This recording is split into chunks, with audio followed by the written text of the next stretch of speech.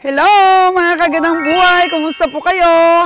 Kasama ko po ngayon ang 23 baka at 26 na kalabaw. Wow! Kasama ko po ngayon, nakikita ninyo.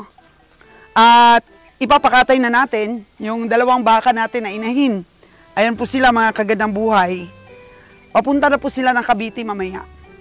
So, sabi ko nga po sa inyo, unpredictable po yung mga kaganapan dito po sa aming negosyong pagpapakatay ng hayop at pamimili. Na-delay po kami ng 2 weeks mga kagandang buhay. Bakit? Ano nangyari? Biglang humina ang katay. Ang tabayanan po mga kagandang buhay, ang ating tsikahan, ang ating kumustahan.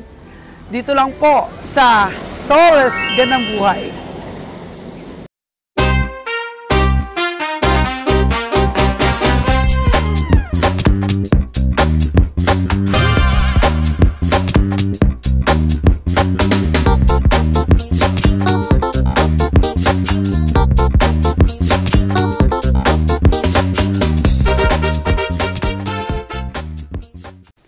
So, ayan po ang 2 baka natin. Si Creamy White at saka si Kopiko. Pinangalanan po sila ni Ron's Farm Official. Pero papakatay na natin. Medyo tumaba-taba talaga sila mga kagandang buhay. Compared po doon sa wala tayong pakain ng mga nakaraang buwan. Sabi ko nga po, medyo humina ngayon ang katay namin. Lalo na po sa mga baka. Bakit mga kagandang buhay? Kasi, dati nang merong mga tao si John Real na nagdadala sa kanya ng mga hayop, bumalik na sila, mga kagandang buhay. So, 2 Cebu, tapos 4 na yata kami. 4 po kaming nagdadala ng hayop kay Sir John Real. And then humina po mga kagandang buhay kasi nag-adjust po ng katay ang ating taga-katay. Shout out po kay Ma'am Lori, sa asawa po ni Sir John Real. Nag-adjust daw po ng katay. Kasi hindi na nila binigyan yung mga tendera na kumukuha po sa kanila na halimbawa utang bayad. Eh minsan, ang nangyayari po mga kagandang buhay, hindi pa nakabayad, uutang na ulit. So, kinontrol po nila yung katay, gawa ng hindi rin magandang magbayad ang mga tendera. Pangalawa pong reason mga kagandang buhay is medyo dumami po kami.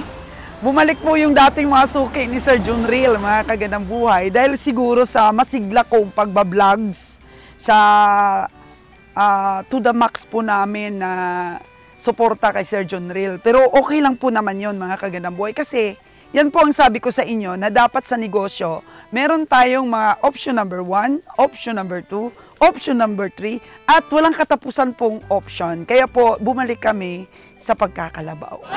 So, tingnan natin yung mga kalabaw natin, mga kagandang buhay Marami po tayong kalabaw ngayon, di ba? 26 na kalabaw at saka 23 na baka.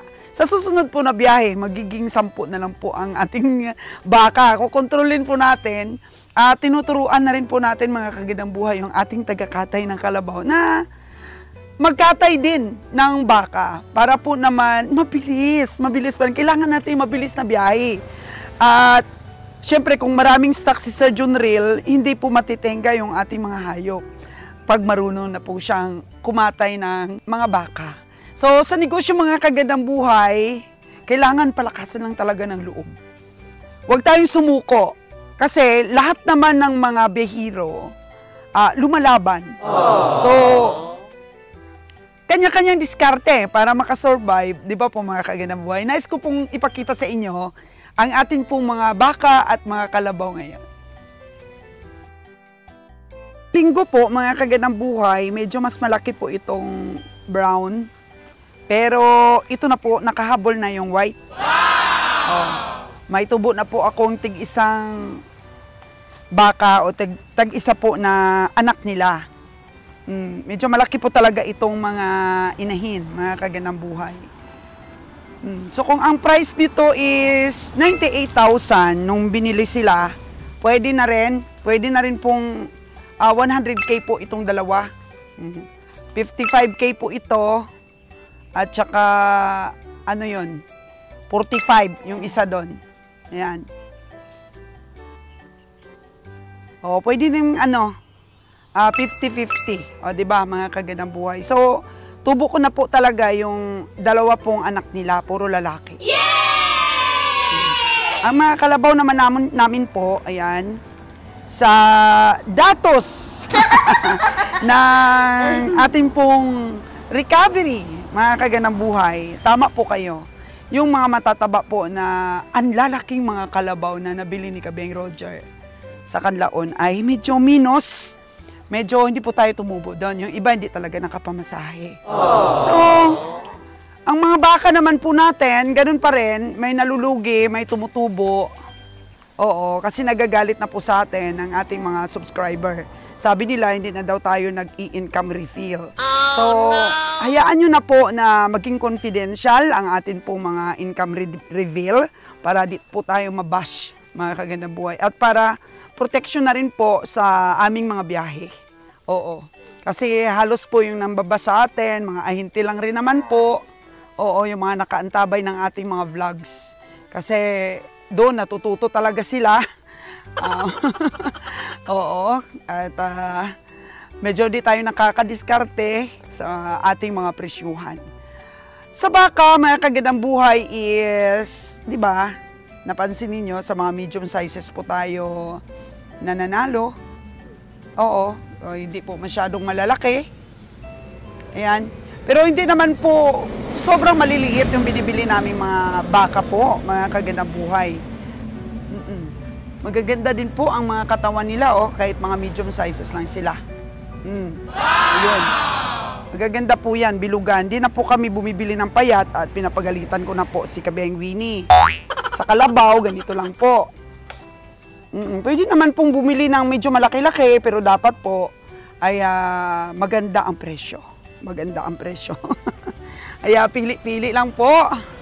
Kaya minsan sa mga vlogs natin, may nagko-comment, mga kagandang wala na daw gusto magbinta sa atin. Kabaligtaran po yun, mga kagandang buhay. Kasi si Kabeng Roger po, ang gustong-gustong bintahan ng mga ahinte. Kasi makatarungan po yung mga presyo at ganun din naman ang ibang mga komprador. So dati, yung ibang mga komprador ay talagang humingiti sa mga presyo po ni Kabeng Roger kasi sa isip nila, madadali ito. Oh, no! Madadali ito, sobrang mahal tong baguhan na tong bumili. Madadali ito, malulugi ito. Pero ngayon, alam na po ng mga kapwa komprador natin na tama na po ang sipat ni Kabeng Roger. Actually po, mga kagandang buhay, hindi na sila yung pataasan sa loob ng stockyard, yung naghahabulan ng presyo, hindi na po. Kasi sabi ng ibang komprador, pera ang kailangan namin, kaya pumunta kami dito sa stockyard. Hindi paligsahan. Kaya bawat isa po ay ingat na po sa pagsipat. Yan, nag-iba na po ang kalakalan ng pamilihan sa mga stockyard. Oras na po ng loading natin, mga kagandang buhay, mag-alas 2 po ng hapon. Loading na po natin ito. So, 23 plus 26, 49. 49 po ang ating karga ngayon, all in all.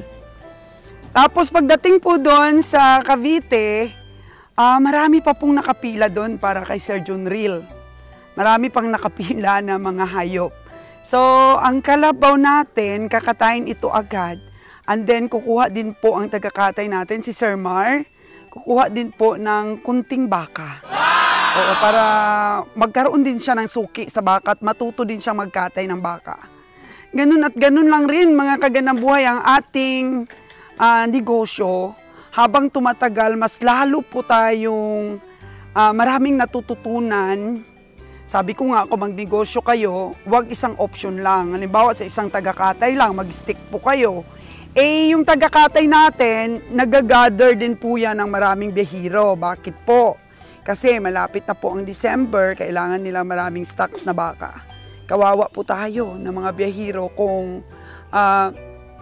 mahina ang katay nila ngayon, tapos nakatambay lang doon ang mga baka natin, nagsisiksikan, wala na pong malagyan ng kural.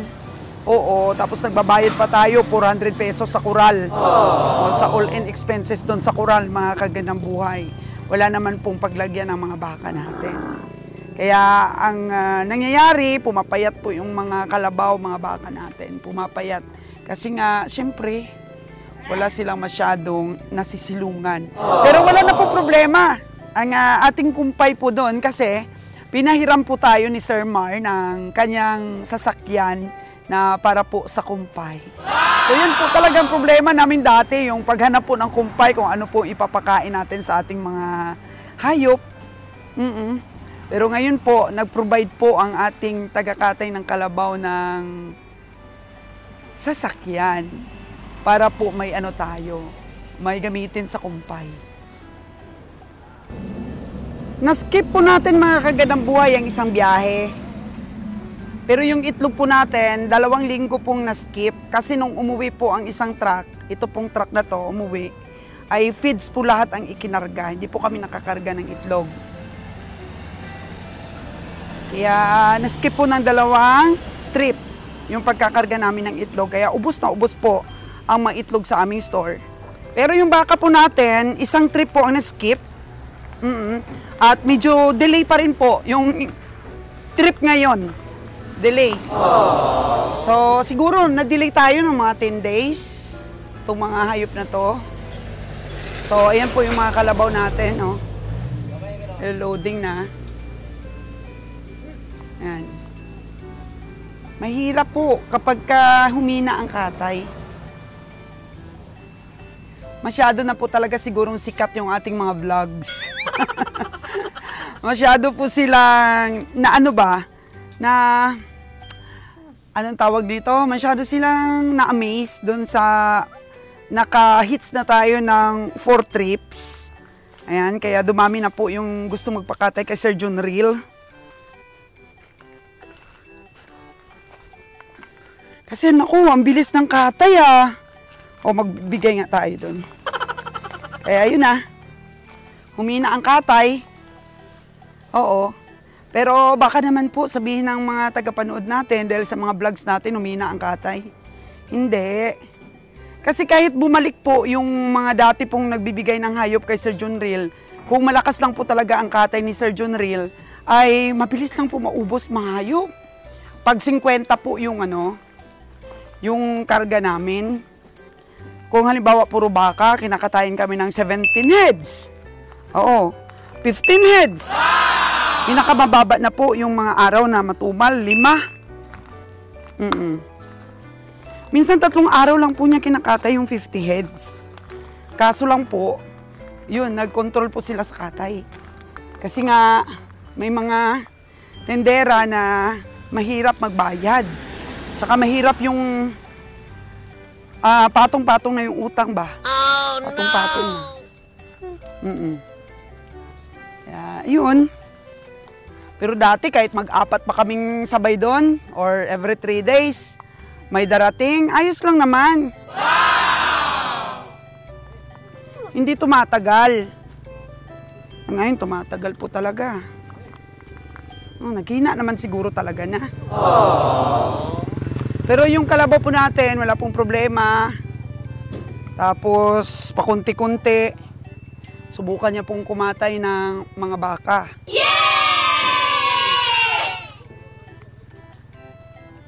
Po sila. So, 1 linggo or 10 days po silang na-delay. Pinakain lang po doon sa barracks. Talagang hinanapan ng mga tubo. Yan. Ang hirap kasi pag na-delay, lumalaki ang expenses, mga kagandang buhay. Halimbawa, wala namang ginagawa doon ng ating mga Cowboys Maynila sa Cavite. Nagbibigay tayo ng 300 per day po na allowance nila sa pagkain.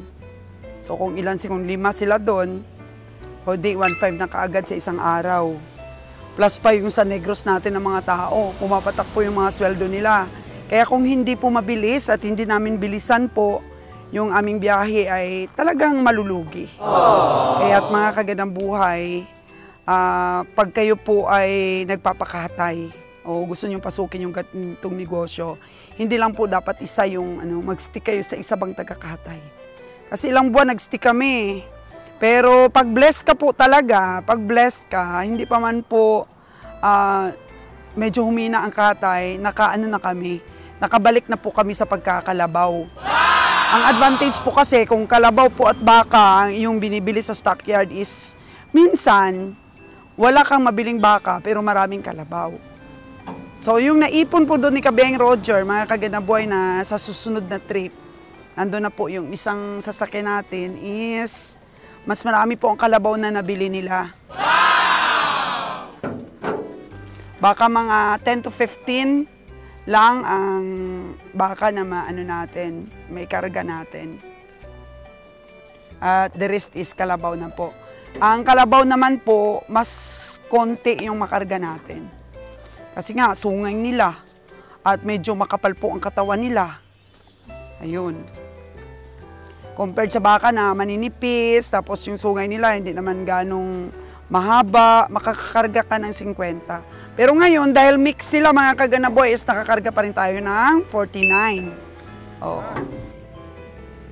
Si Michael kasi Joseph is nagpagawa ng sticker. Kasi may bagong ordinance po ngayon, ang Department of Agriculture po mga kaganaboy, na kailangan naka-sticker po yung truck natin.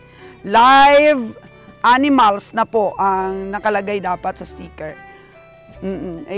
Ngayon lang po natin nalaman yun. Kaya yun, nagpa-rush siya ng sticker ba. Kahit temporary lang po muna mga kagandang buhay para wag po tayong ma-violation. Oh. May nakita ako dito, oh, may tumubong talong. Oh. Wow! Wild siguro talong. Okay naman po yung mga katawan ng baka natin, oh.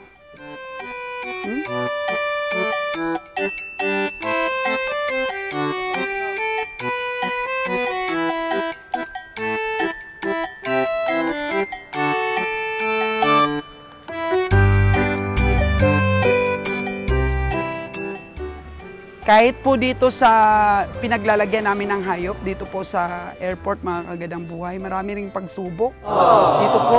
Kanina pagdating ko po, pinuntahan ako ng mga maraming gwardya.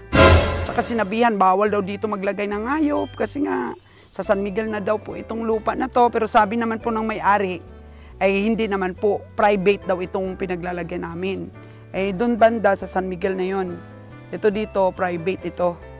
Hindi nila nabenta o hindi nila ibinenta. Kasi nga, di ba, narinig ninyo, gagawan din ng tulay ang Boracay. Humina na rin ang aming mga bisita dito. Kaya, yung iba po, nakasuot na no to Boracay Bridge. Pero siguro wala tayong magawa niyan pag gobyerno na yung gusto talaga. Sila nahahawak.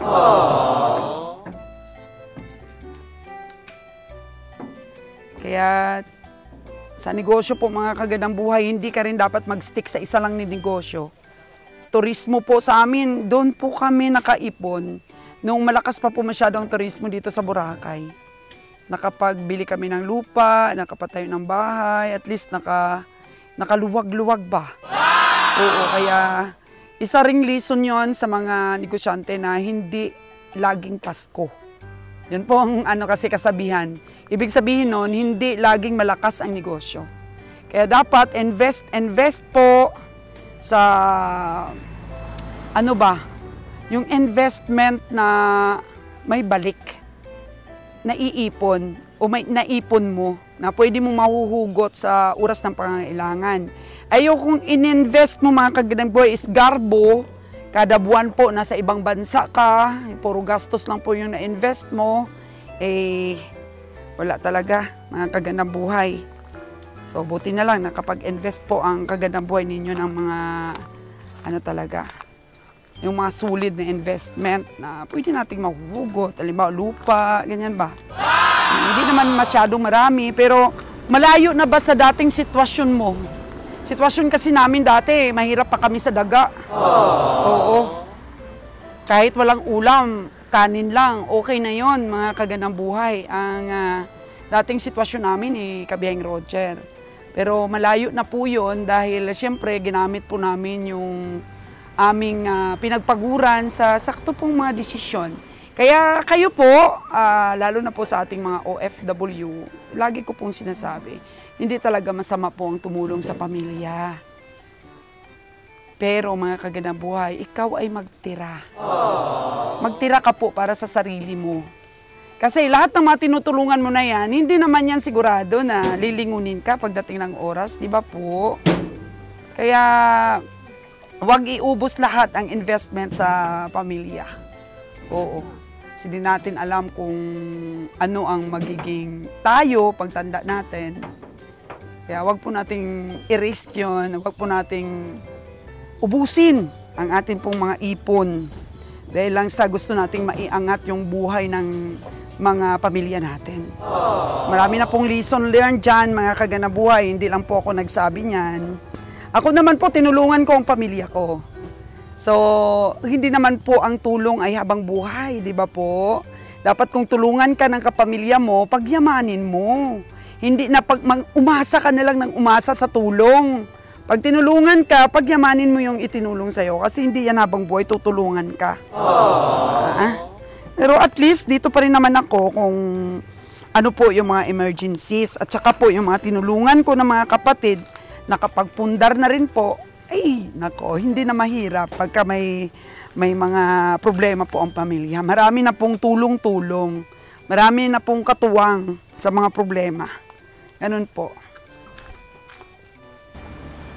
Kung madelay po ang hayop natin, mga kaganang-buhay, dahil nga matumal ang biyahe, hindi lang po nalulugi tayo sa hayop, nalulugi din po tayo sa backloading natin. Ang itlog po kasi ay pangunahin din na source of income po ng ating negosyo, ng aming negosyo. Kung magkakarga lang po kami ng backload na 3,500 trays bawat linggo, kung tutubo lang po kami ng 30 pesos din, doon, at na-delay po ang biyahe namin, kagaya ngayon, supposed to be dapat nakapagpaubos na kami ng 3,500 trays of eggs.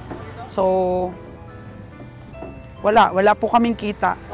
Wala pa kaming kita sa katay ng 1 week. Wala rin po kaming kita sa backloading.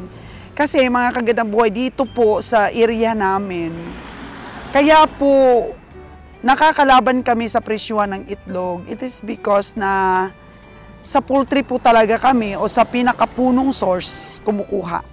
Kaya yung mga local poultry po dito sa lugar namin, kung halimbawa po ang bitahan ng kanilang large ay 270 pesos. Kaya rin po naming sabayan ng 270 din. Or kung minsan mataas lang kami ng mga 2 piso. Ganyan. So nakakalaban po kami sa market po, mga kagadang buhay, dahil sarili po naming biyahe ang itlog. Pero kung ikaw po ay dinideliveran lang dito, halimbawa hindi mo sariling truck ang kinakargahan, hindi ka talaga po makalaban. Retail lang po sa iyo. Hindi po kayang paubusin yung ganun karami. Kasi dati, mga kagandang buhay, nung konti pa lang ang biyahero ng itlog dito, doon po kami nakapag-ipon talaga. Kasi napapaubos po namin sa isang linggo is 7,000 trays. Imagine. So ngayon, wala na lang ang kalahati. Minsan 3,000 lang yung aming binabackload. Kung nagkakarga pa kami ng feeds, ay minsan 2,500 na lang po ang kinakarga naming itlog at saka feeds. Para po balik na naman ang truck for 7 days. So mabilis po ang ikot ng ating negosyo kung hindi po nadidelay ang biyahe. Kaya po nakakasurvive ang biyahe po namin, mga kaganang buhay, is because tulungan po ang backloading at saka yung amin pong pagkakarga at pagpapakatay ng hayop. Nagiging malakas po yun. Eh kung nakadepende po sa bilis ng biyahe namin, yung aming backloading, ay talaga pong magsisikap kami na bumilis ang biyahe namin. Kasi maraming disadvantage sa hayop at saka sa backload. Oo. Kaya yun po lagi ang ini-emphasize ko, mga kaganang buhay, sa negosyo, na dapat kapag ka na-fail or may mga preparation po talaga tayo na dapat gawin. So, natutunan po namin na hindi lang ikaw mag-concentrate sa isang tagakatay lang. Actually, lahat po ng batikan ng mga behiro, hindi lang po isa yung mga destination ng kanilang mga hayop. Kasi kung humina yung iba, may isa pa po na sasalo, di ba? Hinahati po nila. Pero kami po, nung nakilala namin Sir Junril, ay talagang sinuportahan namin siya ng to the max, na sa kanya lang po namin talaga binibigay yung mga hayop namin, which is may mga disadvantages din po pala, mga kagandang buhay. Kasi kung bumalik yung kanyang mga dating nagdi-deliver sa kanya, ngayon nangyayari, pila-pila po kami. So thank you so much kay Sir Mar na ngayon gusto rin matuto na magkatay ng baka. Yun po. Maganda nga po talaga mga kagandang buhay na pag-aralan natin, di ba? Kung saan tayo dadaan dito po sa negosyo na to. Hindi lang po kasi ang problema po para kumita dito po sa ganitong klaseng negosyo ay kung saan tayo magpapakatay, paano bumili, di ba? So sa presyo, kung magkano kuha sa atin, magkano bili natin, lahat na. May mga pa rin, may mga dapat pa rin pa tayong matutunan sa mga diskarte po sa pagbibigyan ng ating mga hayop. Oo, yung komprador nga na isa, siyempre nanonood yan ng mga vlogs ko. Ngayon, nagpaalam na rin sa akin, doon na rin magpakatay kay Sir Junril. Hindi naman natin saklaw yun, ang desisyon mga kagandang buhay. Oo, sino ba naman tayo para sabihin natin, hindi ka pwedeng magpakatay doon. Kasi pari-pareho lang naman po kaming biyahero na gusto rin po na makasurvive. So, kanya-kanyang diskarte na lang po. Naniniwala naman po tayo na kapag ka-bless, ay gumagawa naman po talaga ng paraan ng Diyos na yun. Hindi naman tayo nakukulangan ng mga ideas at saka mga blessings. Basta fair lang po tayo. Oo. Kahit sa pamimili, fair lang po tayo mga kagandang buhay.